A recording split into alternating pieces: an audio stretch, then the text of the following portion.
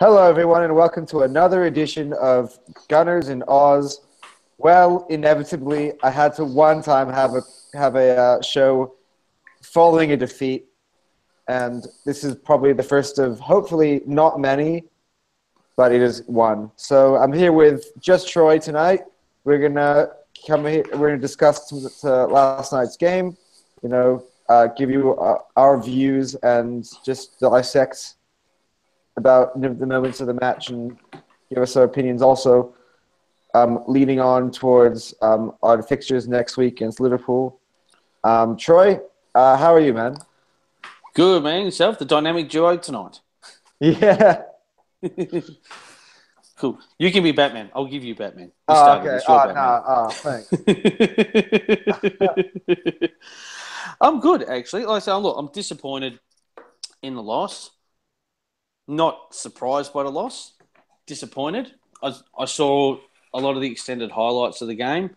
And look, to be honest with you, if it had ended in 0-0, that would have been satisfactory because it was a slog of a game.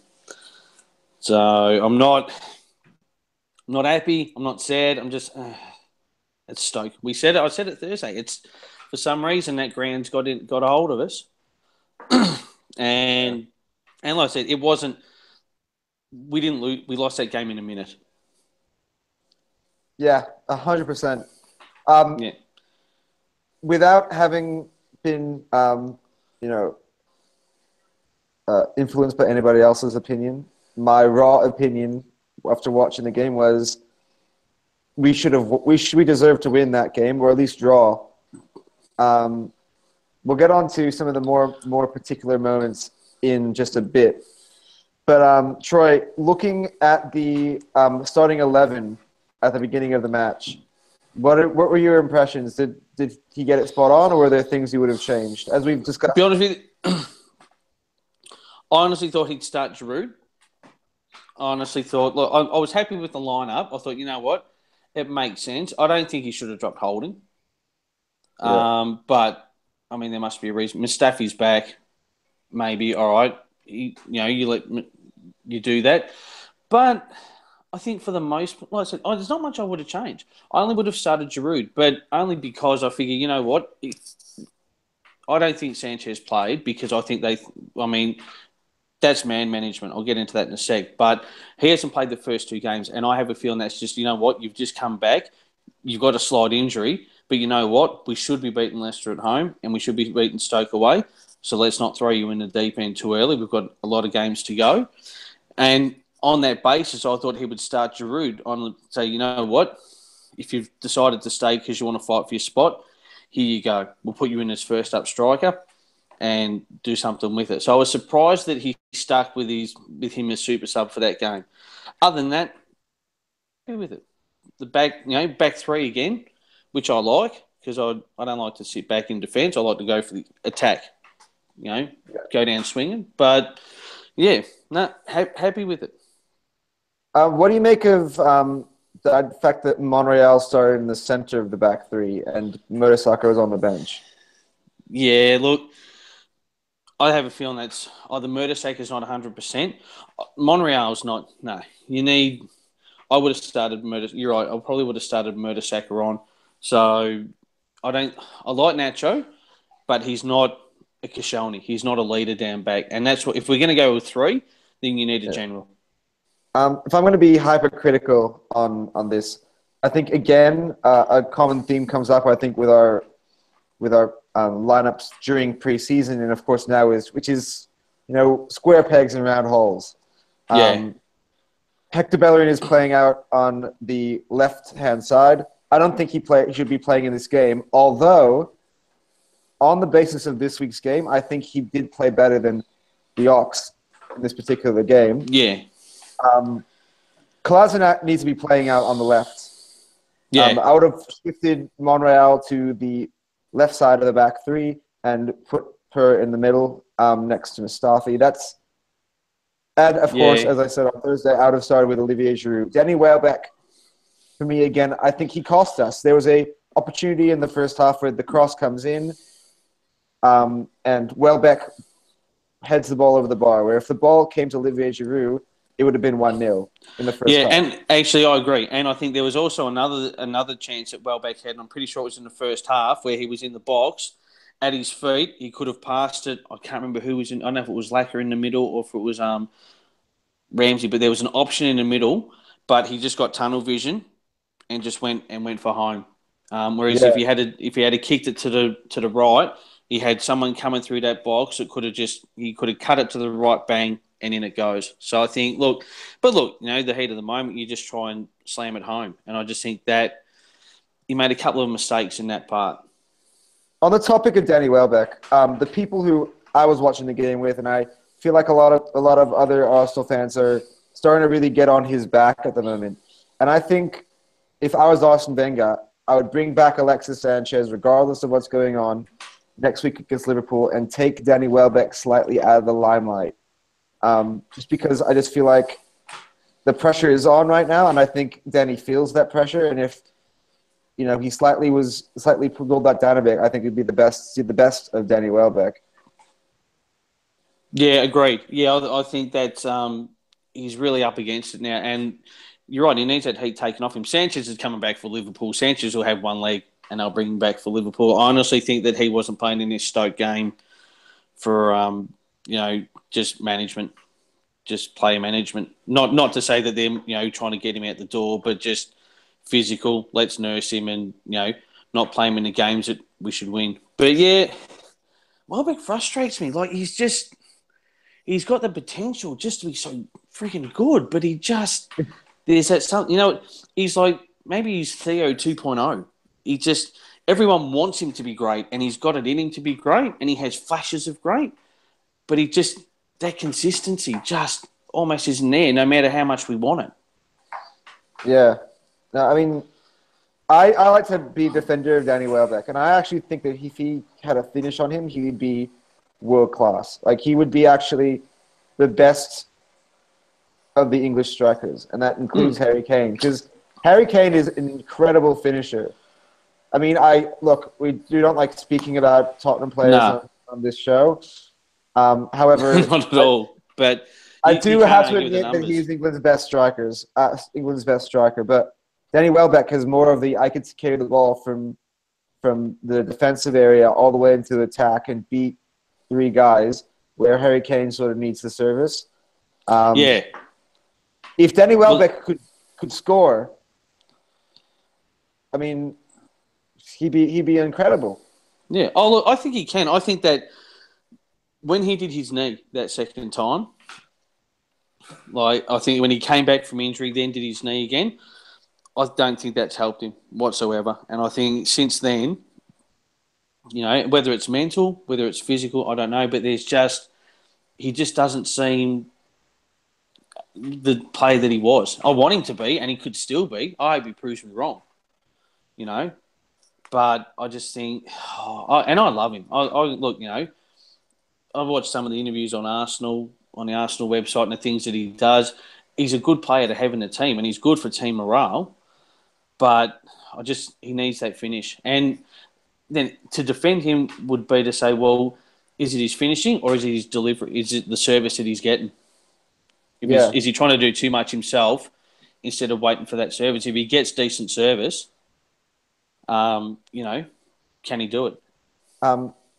Another striker who we have praised throughout the entire summer, I think mostly because we're very excited to see him here, and that's Lacazette. But I was watching Ian Wright's halftime analysis on Alexander Lacazette, and Ian Wright is, of course, one of our greatest strikers ever played the game. So when he talks about playing the striker position, you shut up, you sit down, and you listen. Yep. So he was saying that he felt that Lacazette was trying to play midfield position most of the game. He wasn't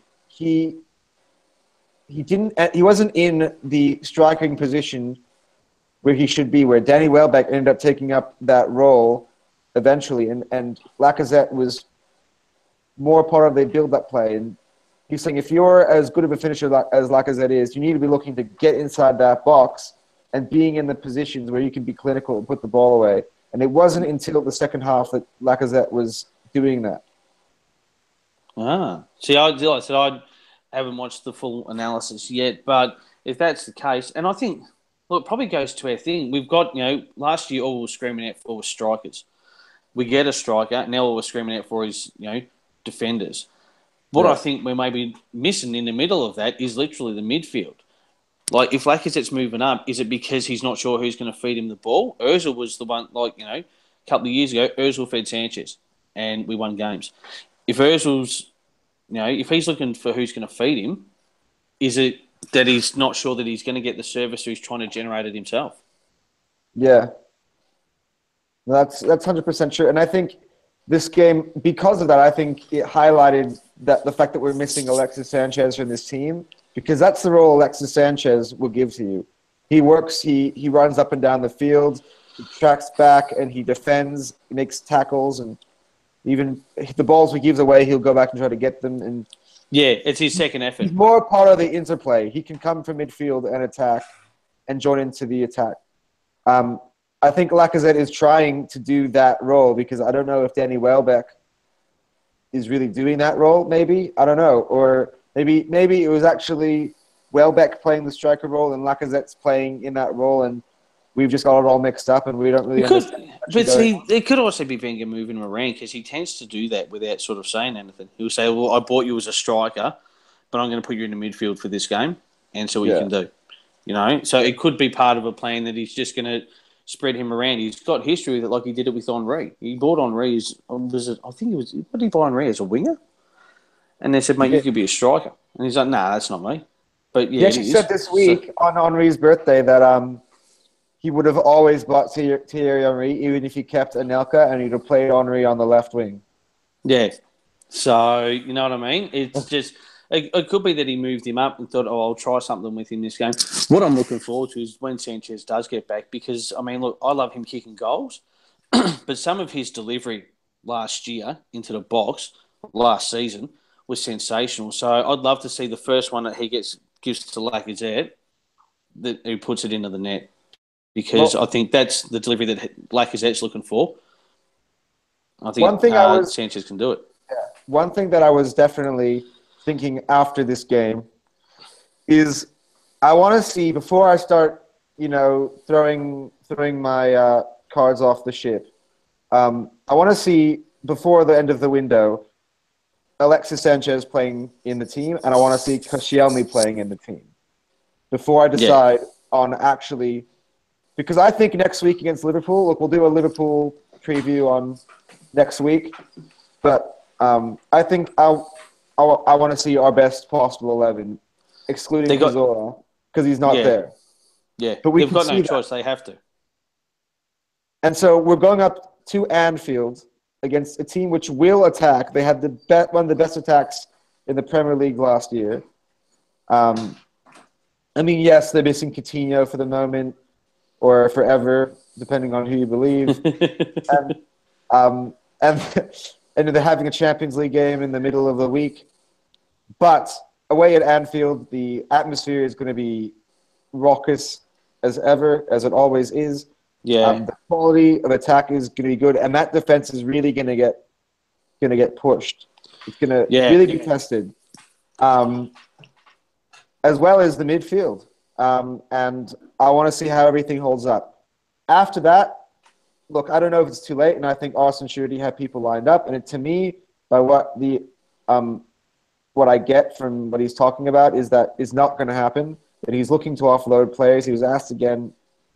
Yeah, I saw that in the presser. And he said, "No, I'm focusing on offloading players." And so I say, guys, stop panicking about it. To be fair, look, this is going to be really controversial, and maybe people might come and tell me that I have no ambition, because I do have ambition, and I love this football club. And I actually, when I have discussions with people, I definitely lose my nut sometimes when they tell me, "Oh, we have this player, this player, and this player," and I'm like, they're not good enough, though. They're people, but are they actually quality footballers? Yeah. But I regress. The point that I'm about to say is, maybe we should just stop really worrying about what Arsenal's job is or whose players coming in or not, and just sit back and watch the football. Yeah. Because End of the day, whoever's here, whoever's not, after the August 31st, we're going to be supporting them and watching them anyway. Yeah. The No, manager and the backroom staff and the board or whatever should know what Arsenal need, and it is up to them to doing it. If they do not do it, it's on them for not doing it. It's not our issue. We support. We can complain at the end of the season. but We can until give then, them feedback, but until then, just sit back, support the club. Because, in my opinion, it's not healthy for every single time we lose a game for us to be like, oh, we have no defenders. We're not ready for this season. We're never going to win the title in a million years. Wenger, what's all your problem? Kroenke out. Kazinas, what do you do? Like, it's just really get a life. I mean, I'm maybe I'm going too far. And by the way, I love DT. I'm a massive fan of his. I love Lee Judges. I'm a massive fan of his. All those guys. But I would just say calm down. And actually, funny enough, I was watching Troop's interview yesterday, and Troops actually didn't think that the world was coming to an end. He was upset with the performance and actually said that he thought we deserved to win. So, and as well, he was saying, if we had Alexis Sanchez here, that's what we're missing. We would have been done all right. But you can't have your life ruined and have a bad day because Arsenal. Of course, it's part of being an Arsenal fan. Of course. that's right. Or it's part, other than one season in, 125 years, you're going to have a bad day at the office. Yeah, you're going to lose games. Exactly. So, no, I'm the same. And it's just like, you know what?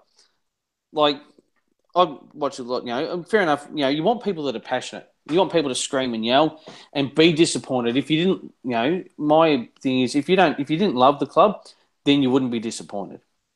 Yeah. But at the end of the day, for all the we can have all the opinions in the world. You, me, the internet, everyone can have every opinion in the world. But you know what? It doesn't matter how much we love it and how much we read about it.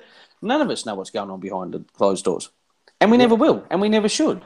If people carry on about this player, this player, this player, but you tell me this: if you're a manager, what's in it for you if you come out and say to the whole world, okay, I've got 30-odd players, here's why 10 of them can't play. Yeah. How does that benefit you? It doesn't. And if those players stay, then they know, you clearly don't trust me. Yeah. So, you know what? And that's how I prefer it, you know what? And I think Arsenal and a lot of the Premier League clubs, but I'll just focus on Arsenal because that's all I really know, is just like you can go and say, you're this, you're this, you're this, and the club at the end of the day is like, okay, we know what's going on, but have your opinion. But none of us are fully informed. There's probably, at the end of the day, for a worldwide club, there's probably 10 people that know everything that's going on inside there because they're the only 10 that need to know. No, absolutely. And like I said, even with, be disappointed that we lost, but we're going to lose. If we were going to win every game, then why bother going? It'd be boring as bad shit. Something I do want to point out as well is that the team who ended up winning the Premier League eventually last season, which was Chelsea, had a very bad patch of form at the beginning of the season, which culminated, of course, in a 3-0 loss away to us. Yeah. And they went on, they made adjustments after the window was shut, by the way, and they went on to win the league. So, I mean, it's not the end of the world. There's 38 friggin' games. And look, the other thing that shits me too, and I've noticed, and ever since Wenger re-signed, is that against Leicester, we won. The team's great. Team's great. Team's great. We lose this one. Oh, Wenger sucks. It's his fault. It's his fault. Well, no. You can't say it's the players when they win, and you can't say it's the manager when they lose. And that's going to be, look, unfortunately, for the next 2 years, that's what it's going to be with a lot of short-sighted people, is that every time we lose a game, bloody manager, bloody manager. And that's the only thing that shits me. It's like at some stage the players have to be accountable. They had a shit day. It happens. I also want to play devil's advocate on this as well. Well, first off, yesterday, and I want to make it very clear that last season, I was actually a person who believed that, look, I think it's time for Arsenal to leave.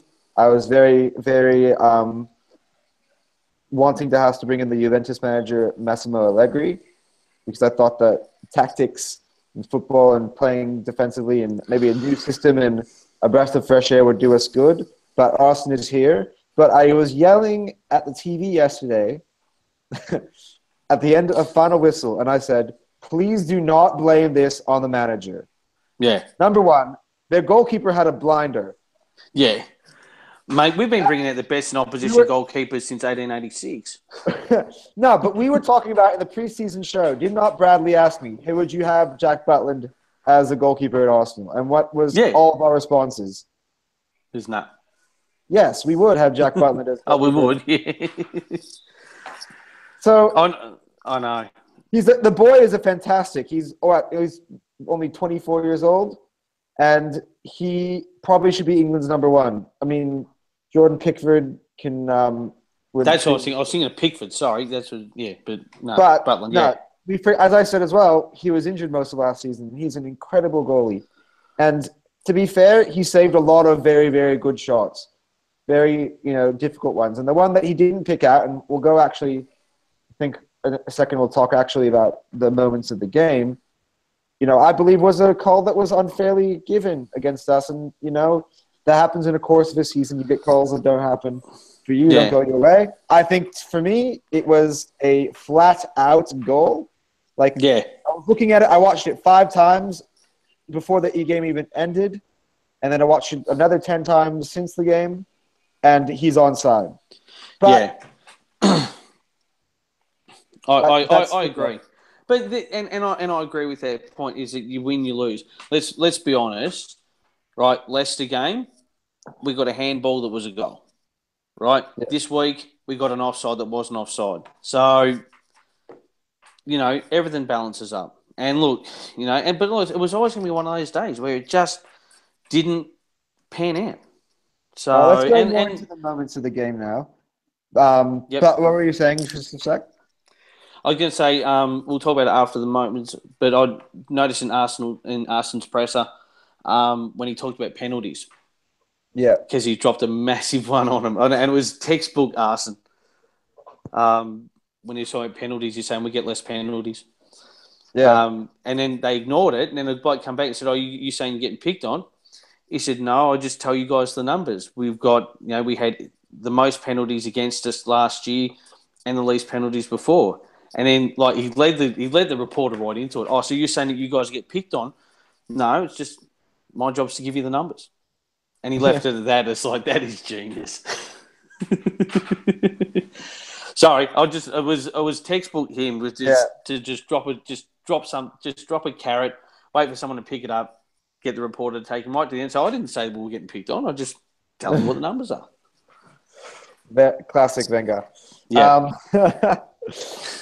He's a very intelligent man, and he's actually very cheeky in his sense of humor. He is. That is something that when he leaves, I will very much miss. Yeah, I know. So yeah, and when he doesn't want to answer a question, it's just like, that's gold. I'd be happy for him to stay on as director of football and just do the press conferences. Yeah. We can have a show about Wenger later on. Yeah. I remember there were great press conferences. I remember a little pissing myself. There was one time we were playing at home to Manchester United, which we ended up winning, by the way, and they were asking about the inexperience of Arsenal's players versus the experience of United's players, and how he thinks it's going to affect the game, and if it be disadvantage for Arsenal. And he said, I'd rather have players who are inexperienced and 20 but fit, or rather than people who are very experienced but they're 80 and they can barely walk. I know. It's something like that. Don't quote me on that, but it was something along those lines. It was along those lines, yeah. So, but that's the stuff. That's what you want from him. But yeah, no, like I said, I know I sort of drifted off topic, but yeah, I just thought that was brilliant. It made my day. Like I said, it was a crap game. We lost. And then that was like, okay, well, there's something to take away from it. All right, so we're going through the moments of the match. First of all, our big fear was that Peter Crouch would be matched up against Monreal. That never happened. Monreal did happened. start in the central midfield, but Stoke didn't play their part, thank God, and Peter Crouch didn't even feature in this game. I don't think he even came on. I got to be honest. I couldn't be up at 2:30 for the game, but when I got up this morning and I checked the scores on my phone and I saw that we'd lost 1-0, and I thought, oh God, please no, please don't. If it's him, I'm gonna have to go to Optus and buy another phone because I would have smashed it. But so then when it said, Jesse, I'm like, okay, well, we lost, but it wasn't like, foretold in the scriptures. But yeah, so now that I'll take from him. We didn't concede from a corner, so yeah. I'll take that as a win. Yeah. Well, Stoke did introduce a few debutants into this game. They introduced, of course, Jesse Rodriguez, who we were talking about. They brought on from PSG. And they also brought in Eric Maxime Choupo-Moting, who is a longtime stalwart of Schalke. Yeah. And so they played. The big moment in the beginning of the game was Sead Kolasinac takes out Xherdan Shaqiri, which forces Stoke into a substitute. And one thing I do want to say, which is very fair play to Granit Xhaka, and you could tell that Shaqiri is a very dear friend of his, is that in the midst of the battle, he goes over to his good friend Shaqiri and he checks out and see if he's okay. He waves over the medical staff and he just sits there with him the whole time, even though he's playing for the opposition in this particular match. I know they'll be playing together. Well, I don't know. Shaqiri might be injured, but they would have been playing together in 2 weeks' time. Yeah. For Switzerland, but it was just fair play by him. I thought it was. You can tell that he's he's genuine, very good sportsman. Yeah, and that's what I guess you want. You want someone we all want them to be ruthless, but I prefer a player that's going to go. You know what? Look, we don't want someone to get injured. We want to play tough but fair. So and I think that speaks to him. I like Xhaka. I know he has his moments, and we'll probably get to him later on. But and I thought it was good that he did that. I thought, at least it's something, that's character, and I like that. Yeah, that definitely. And I mean, I can imagine it'd be difficult because I know that Shaqiri is one of Xhaka's best friends. I know that as well. Rodriguez, plays at AC Milan, is also one of his really best friends. But Xhaka and Shaqiri were together through the youth ranks at Basel, and they basically were with each other since they were about 8 years old. So you could tell that even it's hard to go up in sometimes these matches, competitive matches against your best friend. And I think for him, it was a moment where he had to be there, despite who he played for. Yeah, exactly. And it just it's something, and you don't want to lose that in the sport, especially in the game, especially with how it's coming now and the money and everything else. You still want guys that are going to, have that about them to go, not have that will to win, but go, you know what, it's a game. And at the end of the day, we all want to go home on 2 feet. Yeah. On that challenge as well, I just think that Kolasinac did exactly what many of us believe that he would, which was sort of try to be a player within Arsenal that imposes his will on a Stoke player. But I think it may have gone under the radar, but it also, I think, went a bit too far on his behalf on this. Look, I don't think he wanted the guy to get, as injured as he was, but certainly, he's trying to make his mark in the Premier League. Yeah. And, he's a big unit and he's just trying to throw down. He's probably thrown down too early against the wrong, I shouldn't say the wrong person. He's just the right person. He's the best player. Yeah, he was their best player, but it's that old, it's that old thing where, if you want to make your bones, you go up to the toughest bloke and then you punch him in the face. Well, you go up to their best player, you try and take him out and intimidate him. We want an intimidating defence. We don't have that. Other teams know it. It's unfortunate that he got injured, but I think that's what he's just trying to do at the moment, make his bones. Yeah. I think a big tactically, I think a shout out needs to go here to Arsene Wenger and Steve Bull and Jens Lehmann, whoever in the coaching staff. They picked out a massive weakness in the Stoke team that is that Diouf was playing as a wingback, and Mahmoud Buran Diouf by trade is actually a striker. So they picked out a bit of a vulnerability in Stoke's team. And as much as the talk is about Bellerin playing out of position, he was a constant threat down our right-hand side, their left-hand side. And it led, of course, to a few chances. The first of which is a penalty shot where Diouf actually comes in late on Hector Bellerin, two-footed. Yeah. The screams for a penalty, not given. In your opinion, Troy, was it a correct call, or it's hard Look, because you're biased? It's hard. I think. Look, we've seen plenty of penalties given for less. To his credit, though, I think the only reason that it wasn't a penalty is because he just, Hector got up and just got on with it. He didn't roll around. He didn't make a big thing. He didn't make a big deal about it. Other players would have still been rolling around, right? But he got up and just kept going. And I think, look, technically probably it was. Did he get the ball and tangle him up? Yes. It could have easily been given. It probably should have been given a penalty. But like I said, I think the reason that it didn't is because Hector went down, he got up, he got on with the play, and I think that rightly or wrongly might have changed the referee's mind. But and to be honest with you, I'm happy to lose a penalty. Not happy to lose a penalty, but if we've got players that aren't going to dive, that are just going to get up and get on with it, and let the referee do what he's going to do, then. Fine. I thought it was admirable of Hector just to get up and keep going. We should have got a penalty for it. But at the end of that, like I said, it's one of those days where calls just weren't going to go our way. Yeah. We didn't get it. But look, we shouldn't have been relying on that penalty score anyway. We had plenty of opportunities. So I think they were just looking for an easy fix. Yeah. A few moments earlier, Aaron Ramsey also has an opportunity to score. I think there's a cross that comes in and... Yeah, we run around the back. Yeah. Yeah. And again, look, he hit the keeper right in the chest. But that was actually... I saw that replay. I actually watched it a couple of times. That was a brilliant run to stay onside. It's unfortunate it wasn't a goal. But, that's obviously something they've done in training. But no one knew he was there. It was just Pickford at the last minute. Just made himself big. Butland, sorry. Pickford on the brain. Butland made himself big. Again, he's going to have a brilliant game. He had a brilliant save. But it was a fantastic run. And I think... And look, I was always a bit sus on Ramsey, but I've been very impressed with him this year so far. He seems to be different.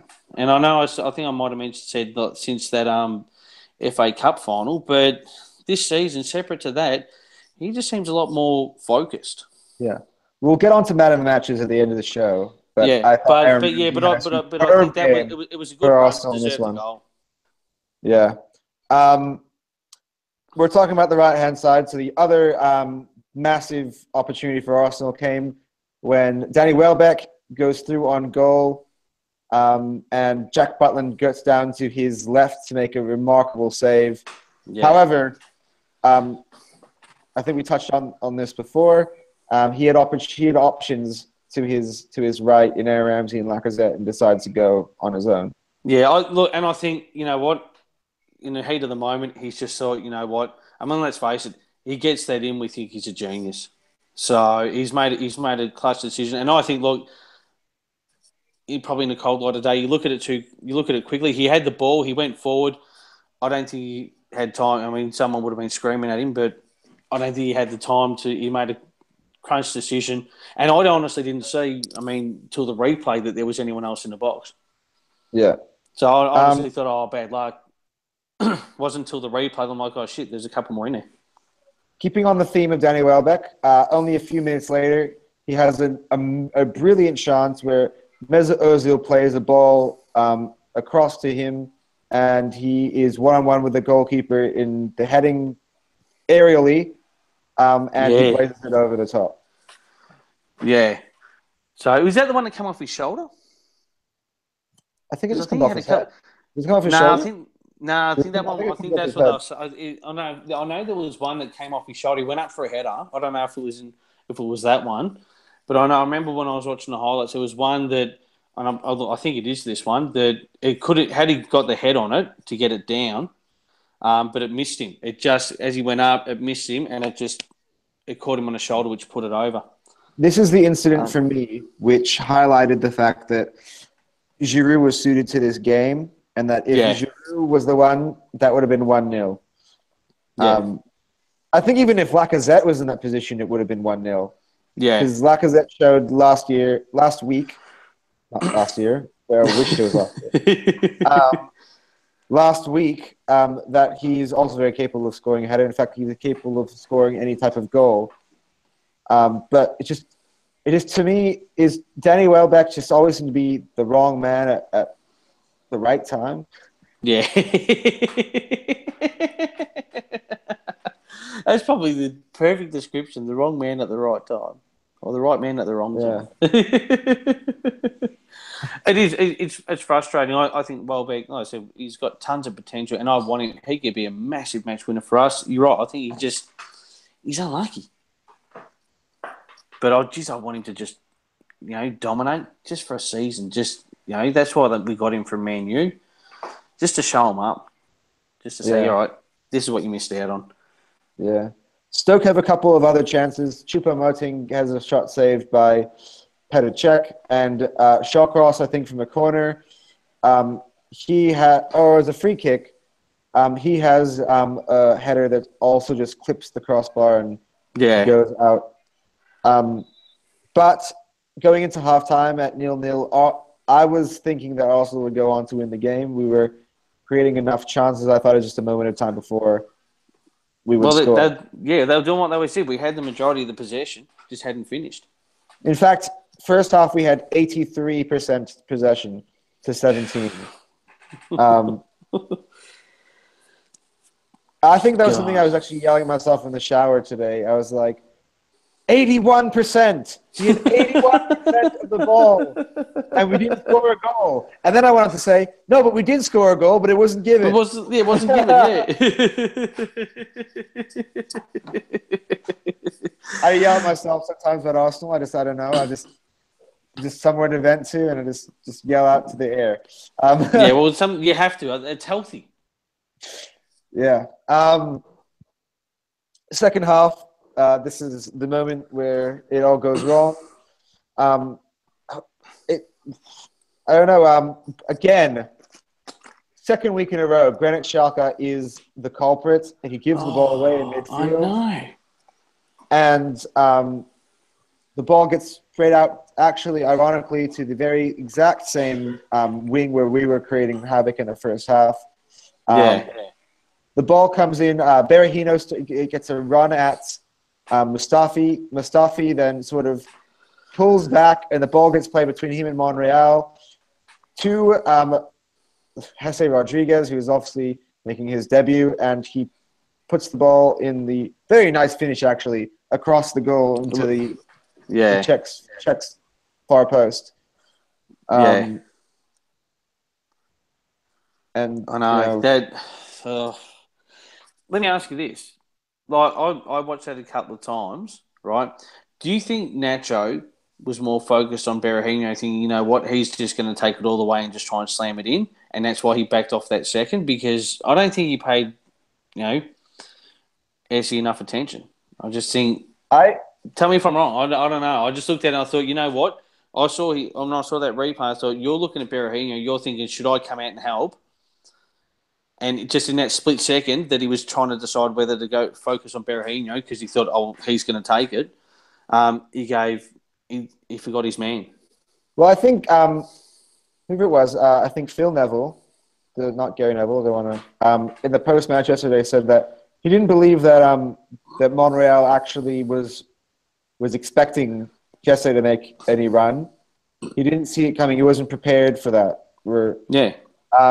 And that, yes, they thought that Berahino was. That's why, literally, Mustafi, and look, you can't blame him because he's doing his job. Also, it's his first game back. He literally takes the dummy from Berahino, and it goes perfectly to plan. I think actually it's a really good piece of football from Stoke. I know they're not used to doing it, but nowadays this is not 2011. This is 2017. Stoke City can play football. They're no longer a rugby side. No. Although in the second half they were singing rugby songs to stick it to us, but essentially on the pitch they're not a rugby side. And if Arsenal would have scored a goal like that, we would be lauding it and praising how brilliant it was. Yeah, well, exactly. And the thing is, I think, much as I hate to say it, I think Stoke are a little bit underrated. Like I said, they were out of the Premier League for a bit, but they've been back in it now for what, I think, 6 years. Yeah, but 10 years. This is that long. But since they've been back, they've not really been involved in a relegation battle. They've not been up the top, but they've not been maybe there's a couple. But for the most part, they've been mid-table. Look, I said to my dad yesterday, I said, the year that Stoke get relegated, the very next year we will win the league. Yeah. Well, I can't see that happening anytime soon with them because I said unfortunately. So, but, I just think, look, like I said, it's probably harsh on Nacho, but we're talking about in a whole game, probably 10 seconds where he hesitated and it cost. But look, I think that's the game now. Like you said, Stoke can play, and a lot of the goals this season are going to come from counters. Yeah. All of a sudden, someone's going to get one out, and then bang, it's off. And how do you stop them? It's just drives me crazy.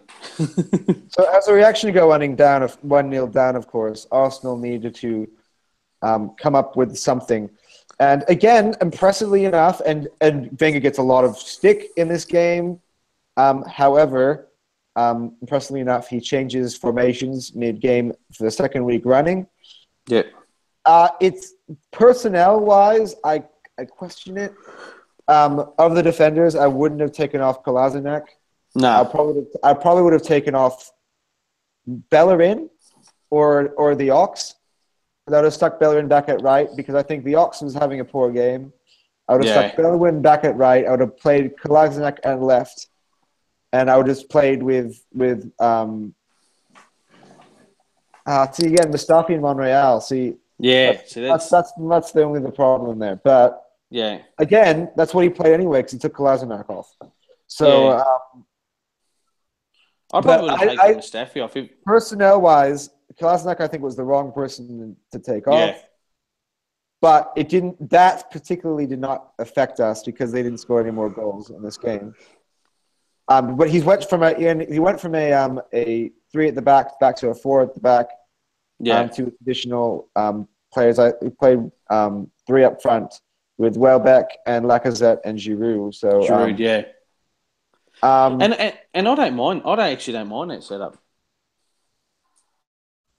In terms of that part of the game, it's like, you know what? Yes, you need to defend so they don't score again, but you're also still put on a side that's going to attack for the win. But there's definitely an effect of we're Arsenal. We win games. So there's always should be a knee-jerk reaction to going down, especially in the second half. Yeah. I think that was very good. Substitutions he makes later on, though, I questioned. But before he makes that substitution, the moment of the match, in my opinion, I'm actually going to make it the cover photo for this video. And that is Arsenal score a goal. By the letter of the law, Arsenal score a goal. Yeah. However, the linesman clearly did not read the book before the game started, or he just made a very, very quick judgment and didn't. And he made a snap. He made a snap. The flag goes up very quickly. The goal goes in, and I go crazy. But you already hear John Champion saying, "Oh, I've been up with the ball. Nah, it's going to be offside." And then there's a series of replays about 5 times after that. They keep going back to it. And I'm like, that is not offside. No. They were trying to justify saying, they were trying to justify saying his ankle's off. It's like, now, I don't know if that's technically correct. I haven't read the book. But, no, I don't think that – I think that was – if that technically is offside his ankle, then that call is pure ass. Here's There's the no book. way he saw it. Here's what the book says. In order to be onside, you must be at least in line with the defender. He was standing side to side with the defender. Side to side, yeah. I mean, you are calling on a really slight technicality if you are saying that, his toe was offside. Nah, yeah. Like, I mean, it easily could have been that, the heel of Shawcross gets him onside. Yeah. I mean, and I think this is a scenario where VAR could have been used. I thought that's what they were going to do this season. See, I thought they did well. But there were a lot of... I thought they were using VAR for that and for... Confederations Cup they were using. But they're really going to use it, I think, from the World Cup and moving forward. They test run it during the Confederations Cup, but there were a few kinks that were for the world to see during that, especially as well, I think, in the final. So I think that's what the delay was. And I think if it was successful, they may well use it in the Premier League this year, but it hasn't been used. And I think we've been robbed in this scenario. I kept saying we scored a goal, and it was a really good shot. It was a cracking goal. Yeah. If it would have been counted, it would have been in the top 5 goals of the weekend. For sure. It was... Nah, that was... I saw it too. I'm like, hey, that net doesn't have a hole in it. I'll never know. And I think if that goes in 1-1 at 73 minutes, Arsenal go on to win 2-1 as predicted. Yeah, same here. That's what I had down too. So yeah, I agree. That's what I mean. We don't get a penalty. We get the offside. Just a shit day at the office. Yeah. Beyond that, then, moments later, Wenger makes... This is a substitution that I really just was banging my head against the wall against. Our biggest scoring threat, our most obvious scoring threat, the only person who ever seemed like was capable of putting the ball in the back of the net, and I will repeat again for the 31st time today, he did put the ball in the back of the net. He did put the ball in the back of the net, yeah. He takes him off, he brings on Theo Walcott, and then he brings on Alex Iwobi as well. And for some reason, Bellerin lasts the whole game playing at left back or left back in this case, and Welbeck plays the all 90 minutes. Yeah, if you're going to take off one of the strikers, take off Welbeck because he's obviously having a bad time. Yeah, that's what I wanted, and I thought that's who Giroud was going to come on for. I thought, Welbeck off, Giroud on.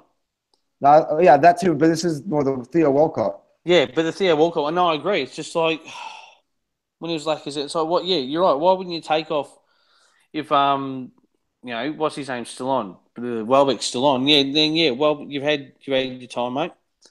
But then again, you're also only bringing on Theo Walcott. But also Alex Iwobi as well. Like in a game like Stoke, I don't think Alex Iwobi is your impact substitute. No. He's a good young talent, and he's coming up, and I think he had a wonderful preseason. But he's not going to change the game and impact the game away at Stoke. No, not at all. Sometimes, look, he gets criticism for not making substitutions, but sometimes not making a substitution is better than making one. Yeah. And in this case, neither of those changes. However, if it was Walcott for Welbeck, I would have been like, okay. Yeah, fair enough. But in this case, it would be much rather had Lacazette on, and you can tell later on we're chasing the game. The balls get lumped up into the box with Giroud. He has a free header, of course, at the end, which goes wide. It also seemed like he's just really desperate, and it was never really going to go in. Yeah. And it seemed like we lost our options. We went from having 3 strikers up front to basically just having Giroud up front and trying to get the ball to him, and everybody in the stadium knew where the ball's going to. Yeah, exactly. And exactly. Everyone knew, they're going to go to the giant Frenchman. Yeah, so... They're going to try and head it in for the win, or for the draw.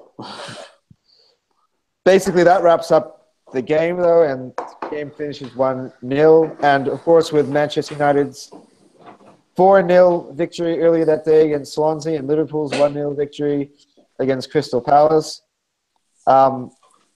It meant that there was a big 3 points that we dropped, and now we have those 3 points to chase.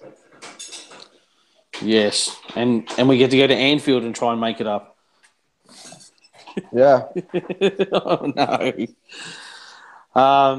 Yeah, I know. And like I said, I watched the highlights of the Man U game, and I know we're an Arsenal podcast and all, but Jesus, they look scary Yeah. at the They moment. do.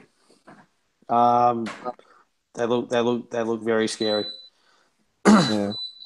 I hope But Manchester United fans aren't watching this, by the way, because no, I actually said to my mate Danny, who actually will probably be coming on next week, he's a Liverpool fan. I said, I take my word from it. Right now, everybody is so excited about Man United. They're not going to win the league. They're not going to win the league. I'm telling you right now, they're not going to win the league. I'm hoping I'm right. no. That's me backtracking in nervously. Like I said, I don't know, but so far, I wasn't sold on them last year. Even with they bought Pogba and Ibrahimovic and all that, and I wasn't sold on them. I thought, you know what, they're not gonna, be that they're not gonna be impressive, and they weren't. But tell you what, the fourth, 2-4-0 wins first up. I mean, look, we hoped the wheels fall off, but they look impressive.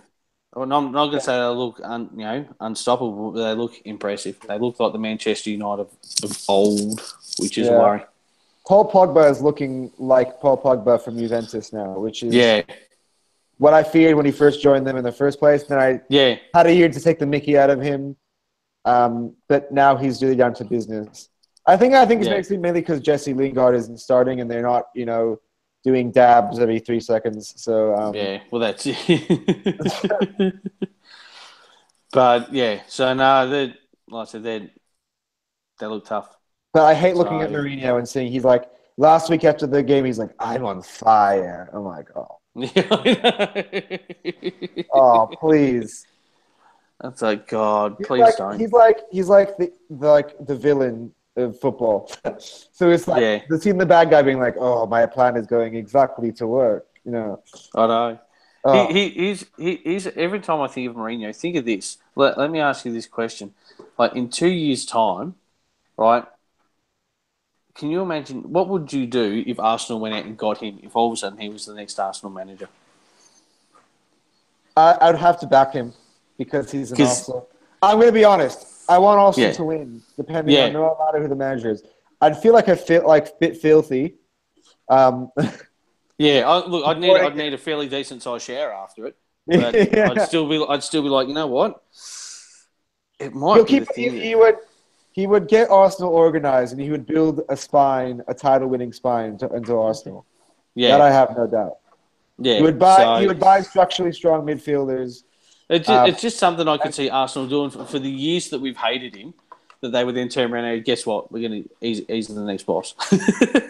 I can imagine. The problem is that this is. I'd probably throw up during his press conference because he would stand up. He would be sitting onto the very seat that Arsene Wenger was sitting on for so many years. Yeah, grinning from ear to ear, and he's like, "Oh, ha ha ha ha ha! You loser! Yeah. I am right here. You failed to do the job. And here's who they brought. I came crawling to help fix your issues." Yeah, actually, on that basis, I don't want him. I hope they never do it. So I just thought it'd be the ultimate Arsenal irony, but I don't want him. I'll be fine. One last thing on the Stoke game, on the actual match. Before we'll get into man of the matches and player ratings and stuff. What is this thing where the Stoke players go down and feign injury, and their entire stadium starts howling for Arsenal players to put the ball out? And I just say, whatever you do, don't put the ball out. Keep playing. Yeah. And then they stop. And nobody's told them to do that. Nah. They actually being intimidated by the crowd and doing what they've asked them to do. And the player gets up and it continues to run on like nothing happened. Nah, see, that shits me. The same supporters that sing Aaron Ramsey, he walks with a limp.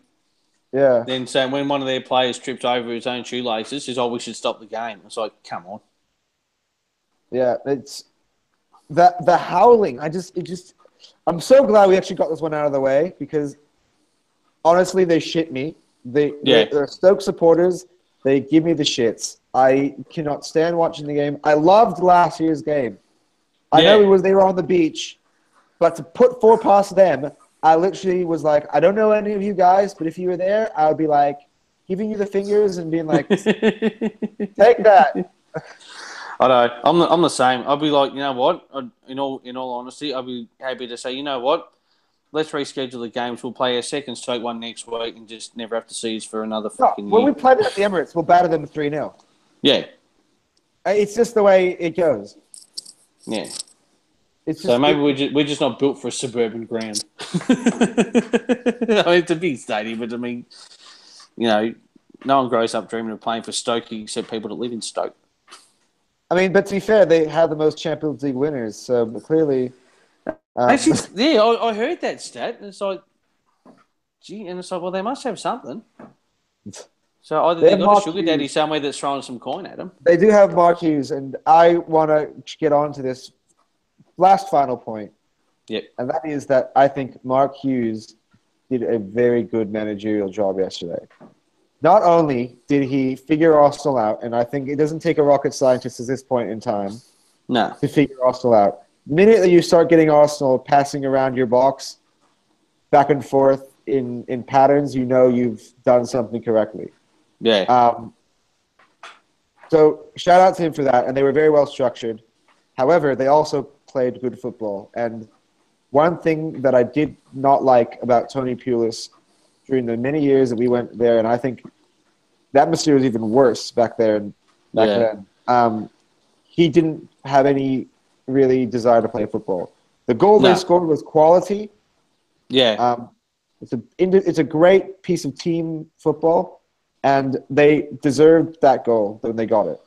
Yeah. We deserved the game, but Mark Hughes deserves a lot of credit for yesterday. And we, as much as we like to criticize ourselves, you have to give it sometimes to the opponent. It's a sport. Yeah. They played a better game.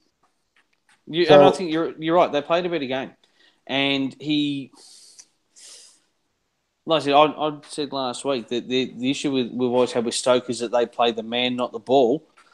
They're starting to play the ball, and it showed. So you're right; they are playing better, and if they've got that many guys, that many Champions League winners in their side, they're bringing guys in that we never, that we all expected would go to other clubs. So yeah, he won it fair and square. We can bitch about the offside and the penalty, but at the end of the day, what they scored wasn't a fluke.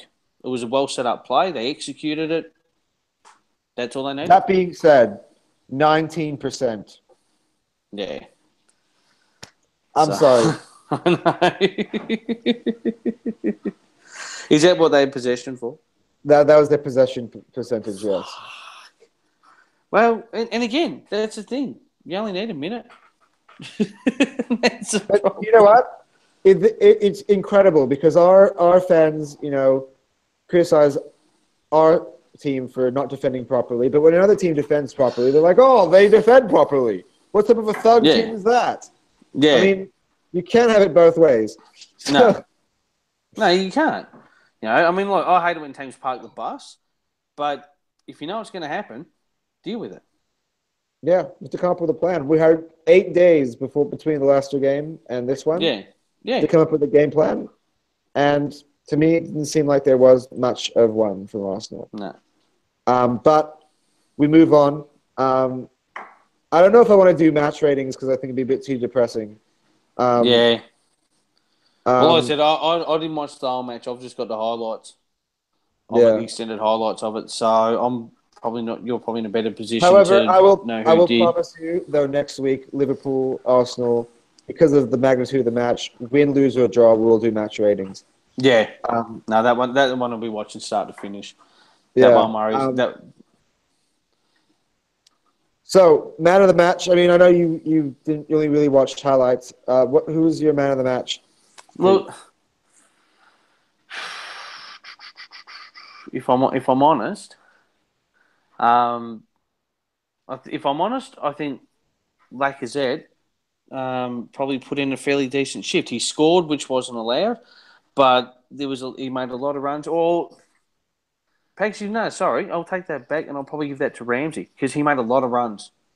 He made a lot. He had one shot on, which was a spectacular save, but he made a lot.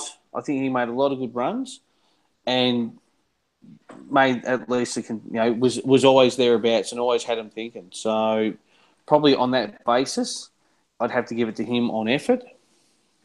Yeah, that would definitely make us unanimous, Troy. Yeah, because I thought that Aaron Ramsey, considering where we are, geographically, and the nightmares that he had, I thought he was easily the best player on the pitch. He got into the spaces. When we were chasing the game, he was just really good. He got the ball to feet. He got the ball out to the players he needed to get him to. He darted into the box. Of course, he should have scored earlier on in the game. He was very consistent, and he bossed the midfield. I mean, we had 81% possession. This is where he can turn it on to a positive. We had 81% possession of the ball, which means that we won the midfield battle. So Aaron Ramsey, I think for me, is the unanimous. Yeah, I think there's something about him this season. I don't know what it is. I can't put my finger on it yet, and I hope it continues. And maybe it's early days, but there's something about him this season that just seems different, and I don't know what it is, and I can't put my finger on it yet. But yeah, he seems a different player mentally, in that sort of midfield and in that sort of area, making those runs. Yeah. Well, that's all we have time for today. We are going to be very hopeful of picking up 3 points next week. The big match, Liverpool. Big match. We will not be having it'll be another week until we have another video, which will be, because the game is Monday morning at 1 a.m. So we're having the pre-match on the same time we had the post-match today. Hopefully, I've yet to confirm it, though, that we will be having guests, Liverpool supporter, a very good mate of mine, one, maybe two, coming onto the show. I hope it will be very interesting, and I will look to get, of course, more of our regulars back onto this episode. Should be a really good one to look forward to, guys. I think the bands will be here, and I think there'll be a little bit of spark to the next video, which will be really good, heading into the game at Anfield. Please, I'm really loving the support. Just subscribe to the page. If you want to see these videos and see when we're coming on and getting the content, subscribe to the video. It helps me, as well as liking. Leave comments if you have disagree with anything we've said. I speak for maybe both of us, and I say that I felt we were trying to be a bit less gung-ho with our opinions on this and a bit more down to earth. But also maybe we took a slight dig at some people who have gone a bit off the boil after one game.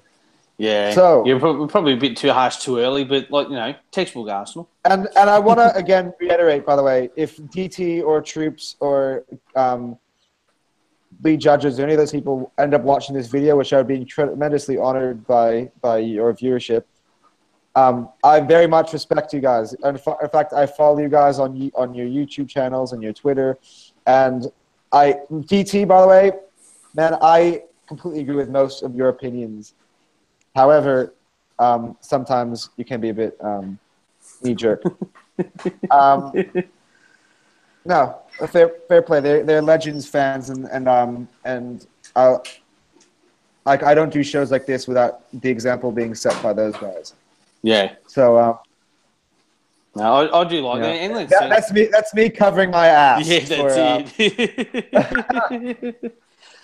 Nah, I like them. I said it's what you want. It's a bit of passion, and who hasn't said something stupid when they've been excited or disappointed? I mean, that's the whole point. Yeah. All right, everyone. So we'll be seeing you next Sunday. For the meantime, guys, come on, you Gunners. Come on, you Gunners.